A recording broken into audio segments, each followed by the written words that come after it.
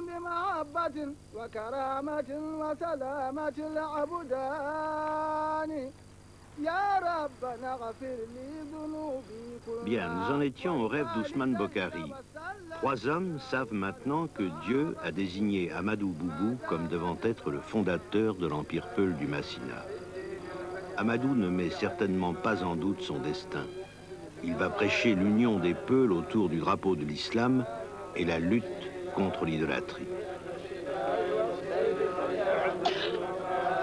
Les marabouts de Dienné commencent à s'inquiéter. Ils ordonnent à Ahmadou Boubou de quitter Raoundé Sirou. Ahmadou, qui ne se sent pas encore prêt, demande prudemment un délai. Et il profite de ce délai pour transformer son école coranique en école de partisans. On fabrique même des armes. Et là, encore un miracle, l'un des piquets enfoncés dans le sol par Ahmadou Boubou pour soutenir la toiture de l'atelier d'armes, l'un de ces piquets va s'enraciner et devenir l'arbre que vous voyez aujourd'hui. C'était évidemment un signe de Dieu. Mais ce signe de Dieu, c'était aussi l'autorisation d'appliquer ces réformes militairement. Évidemment, nous, actuellement, nous ne pouvons pas l'affirmer, mais c'est une preuve qu'il est autorisé quand même à être réformateur. Oui, mais y compris en utilisant... Mais oui, les réformateurs vont par les armes si la conviction ne va pas. S'ils n'arrivent pas à convaincre les gens, eh bien, là, automatiquement, l'arme est prise. On peut deviner l'ardeur qui devait animer les élèves d'Ahmadou Boubou, appelés à ce grand destin. Ahmadou Boubou entrevoit sans doute à ce moment-là, comme un avenir merveilleux mais possible, l'existence d'un pays où tout, la vie et la pensée, seraient en accord avec la loi coranique. Ce serait la dina, la religion faite loi. Déjà, ses ennemis s'organisent.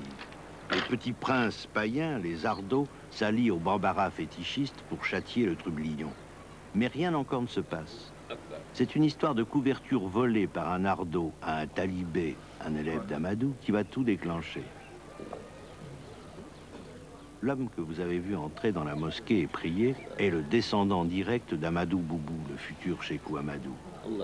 Cette histoire de couverture joue le rôle d'étincelle. On dit toujours qu'il n'y a pas un petit feu, mais il y a un manque de combustible.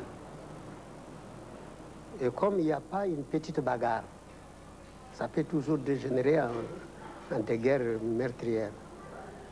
Et Cheikh Ahmadou, au fond de lui-même, ce n'est pas la dina qu'il voulait créer. Parce qu'il était trop honnête pour se croire qu'il était quelque chose. Mais il voulait surtout affranchir le peuple de la domination des Sonrai d'un côté et des Bambara de l'autre côté. Sékou Bella Keïta a 82 ans. Il est le descendant d'un des partisans de Sékou Ahmadou. Et aujourd'hui, c'est un traditionnaliste. C'est d'ailleurs à lui que Ahmadou Hampâté s'est adressé pour recueillir une partie des informations dans le Massina.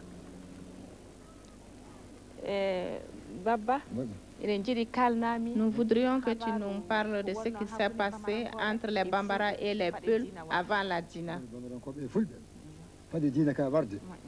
Avant la Dina, le pays appartenait aux Bambara. Il avait des agents qui prélevaient l'impôt.